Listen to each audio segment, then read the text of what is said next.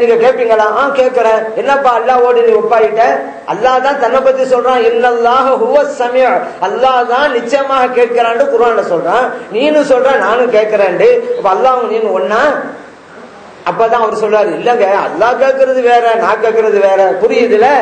அந்த மாதிரிதான் மறைமுக ஞானத்திலும் இறைவனுக்கு மறைமுக ஞானம் தெரியுங்கிறது வேற, இறைத்தூதர் ஸல்லல்லாஹு அலைஹி வஸல்லம் அவங்களுக்கு தெரியுங்கிறது வேற.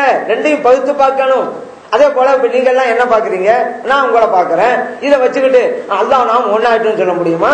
இன்னல்லாஹு ஹுவஸ் ஸமீஉல் பஸீர், அல்லாஹ் தன்னை பத்தி சொல்லும் பொழுது அல்லாஹ் தான் பார்ப்பவன் என்று குர்ஆன்ல சொல்லி காட்டுறான். நம்மளும் பாக்குறோம். அப்ப அல்லாஹ் நாம ஒன்னாயிட்டோமா? வித்தியாசம் இருக்கா இல்லையா?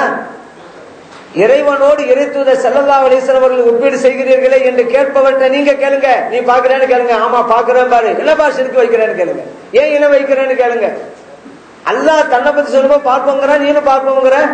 இப்படி சொல்லக்கூடிய இன்னொரு வார்த்தையும் கேளுங்க. நீ மையத்தா இருக்கிறியா, மூத்த ஹயாத்தா இருக்கிறியான்னு கேளுங்க. என்னங்க என்ன போய் மையத்துங்கிறீங்க, நான் ஹயாத்தா தானங்க இருக்கிறேன் அப்படின்பாரு.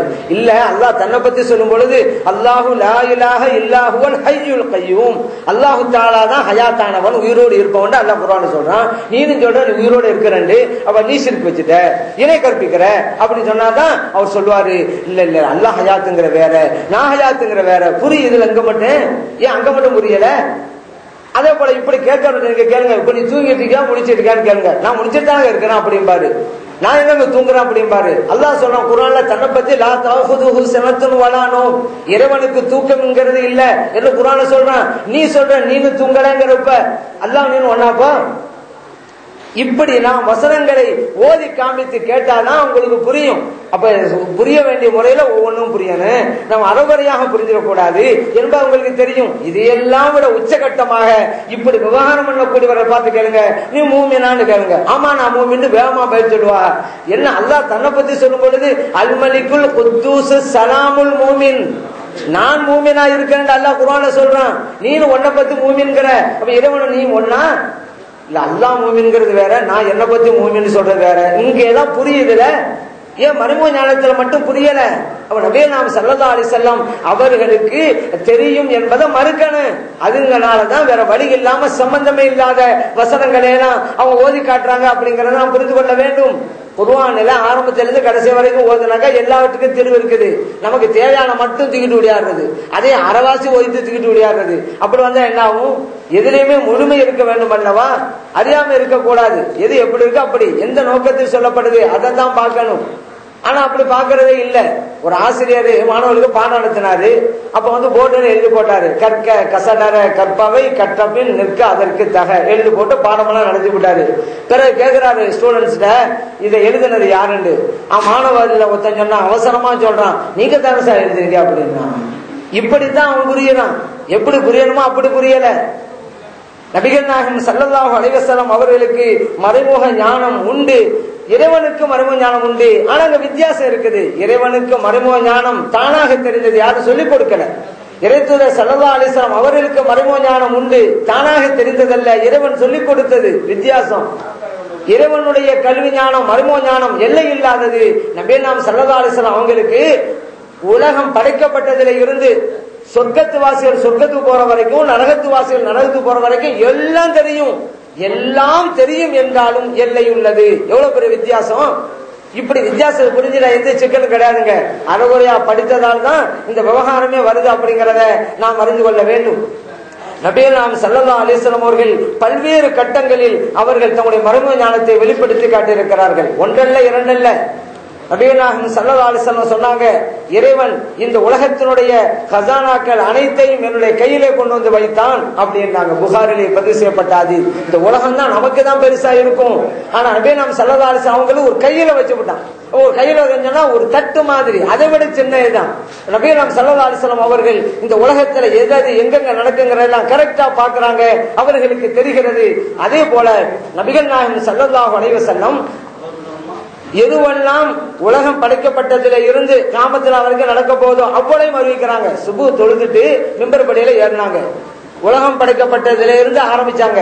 லொஹருடைய நேரம் வந்துச்சு, இறங்குனாங்க, லொஹரை தொழுதாங்க, மறுபடியும் ஏறிட்டாங்க. பிரசங்கம் செய்யறாங்க. அசர் நேரம் வந்துச்சு, இறங்குனாங்க, அசர தொழுதாங்க, மறுபடியும் மெம்பர்படி ஏறிட்டாங்க. மகரிபு நேரம் வரைக்கும் நபியே நாம் ஸல்லல்லாஹு அலைஹி வஸல்லம் அவர்கள் உலகம் படைக்கப்பட்ட நாளிலிருந்து எதுவெல்லாம் நடக்கும்ங்கிறத சொல்லி காட்டினாங்க. இதை சஹாபா பெருமக்கள் சில பேர் மனனம் செய்து கொண்டாங்க, இன்னும் சில பேர் மறந்து விட்டாங்க. அப்படி இந்த செய்தி பதிவு செய்யப்பட்டிருக்கிறது முஸ்லிமிலே அப்படிங்கிறத நாம் அறிந்து கொள்ள வேண்டும். இப்ப நபியே நாம் ஸல்லல்லாஹு அலைஹி வஸல்லம் அவர்களுக்கு எல்லாமே தெரியும். அந்த ஹதீஸ்ல வருது, முஸ்லிம் பதிவு செய்யப்பட்டதுல எதுவெல்லாம் நடந்தது அதையும் சொன்னாங்க, எதுவெல்லாம் நடக்கும் அதையும் சொன்னாங்க அப்படிங்கிற ஹதீஸ் இருக்கிறது. வாஹ்பரனா பிமா கான, எது நடந்தது அவங்க உலகம் படைக்கப்பட்ட நாளிலிருந்து ஸல்லல்லாஹு அலைஹி வஸல்லம் வரைக்கும் அவ்வளவு சொல்லிட்டாங்க. வபிமா ஹுவ காயினுன், என்ன நடக்கும் கியாமத் நாள் வரைக்கும் அவ்வளவு சொன்னாங்க நபியே நாம் ஸல்லல்லாஹு அலைஹி வஸல்லம் அவர்கள். இதெல்லாம் இருக்கா இல்லையா? முஸ்லிம்ல தானே இருக்குது, அதையும் பார்க்கல. குழந்தையா பெண் குழந்தையாண்டு இறைவனுக்கு தெரியும், அவன் சொல்லி கொடுக்கறான். அதே ஹதீஸ்கள்ல நம்ம பாக்குறோம், வசனங்கள்ல கூட பாக்குறோமே. ஏன் ஜிப்ரீல் அலைஹிஸ்ஸலாம் மரியம் அலைஹிஸ்ஸலாம் வர்றாங்க, உடனே அல்லாஹ்வோட பாதுகாப்பு தேடுறாங்க. மரியம் அலைஹிஸ்ஸலாம் அவங்க ஜிப்ரீல் அலைஹிஸ்ஸலாம் சொல்றாங்க, பயப்படாதீங்க, இன்னமா அன ரசூல் ரப்பிகி, உங்கள் இறைவனுடைய தூதராத்தான் நான் வந்திருக்கிறேன்.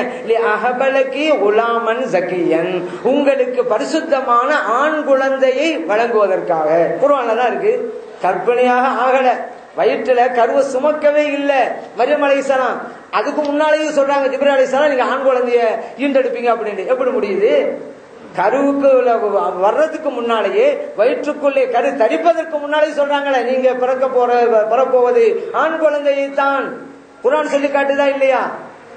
இது மத்தவங்களுக்கு உண்டுங்க, இறை தூதர்களுக்கு இருக்கிற மாதிரி இறை நேசர்களுக்கும் உண்டு. நம்ம பாக்குறோம், அபூபக்கர் சித்திக் ரலியல்லாஹு அன்ஹு, ஆயிஷா சித்திகா ரலியல்லாஹு அன்ஹா மகளார அழைக்கிறாங்க. சொன்னாங்க, ஆயிஷாவே நான் சில பொருட்களை விட்டுட்டு போறேன், அத உன்னுடைய 2 சகோதரர்களுக்கும் உன்னுடைய 2 சகோதரிகளுக்கும் அல்லாஹ் சொன்ன மாதிரி நீங்க பங்கீடு செஞ்சு கொள்ளுங்க. ஃபக்தஸிமுஹு அலா கிதாபில்லாஹ்ங்கறாங்க. ஆயிஷா சித்திகா ரலியல்லாஹு அன்ஹா ஆச்சரியத்தோடு கேக்குறாங்க, தந்தையார் அவர்களே 2 சகோதரர்கள் அப்படின்னீங்க, சரிதான், 2 சகோதரிகள் நீங்களே, எனக்கு இருக்கிறது ஒரு சகோதரி தானே, அஸ்மா ரலியல்லாஹு அன்ஹா அவங்க மட்டும் தானே இருக்கிறாங்க, 2 சகோதரி எப்படி சொன்னீங்க?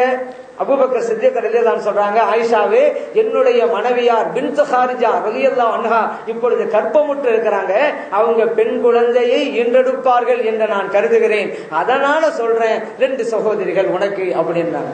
முவத்தாவிலே பதிவு செய்யப்பட்ட ஹதீஸ்.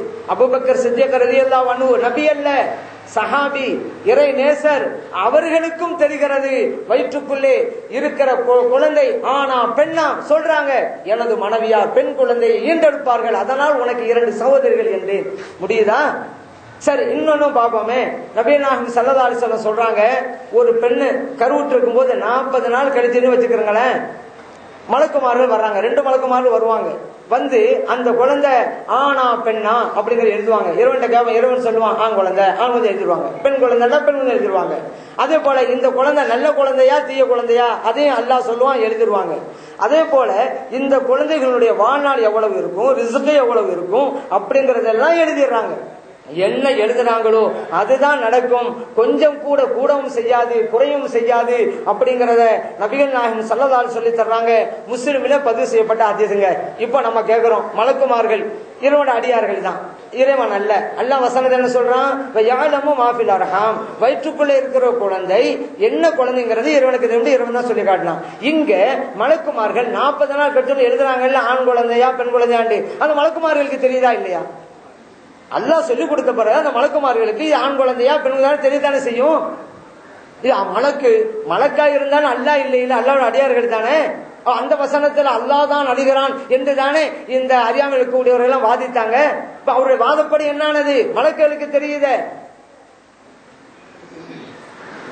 ஹதீசுகளை பார்த்தால் இதுவெல்லாம் இறைவன் கற்றுக் கொடுக்கிறான் தேவையானவர்களுக்கு அப்படிங்கிறது தெரியும்.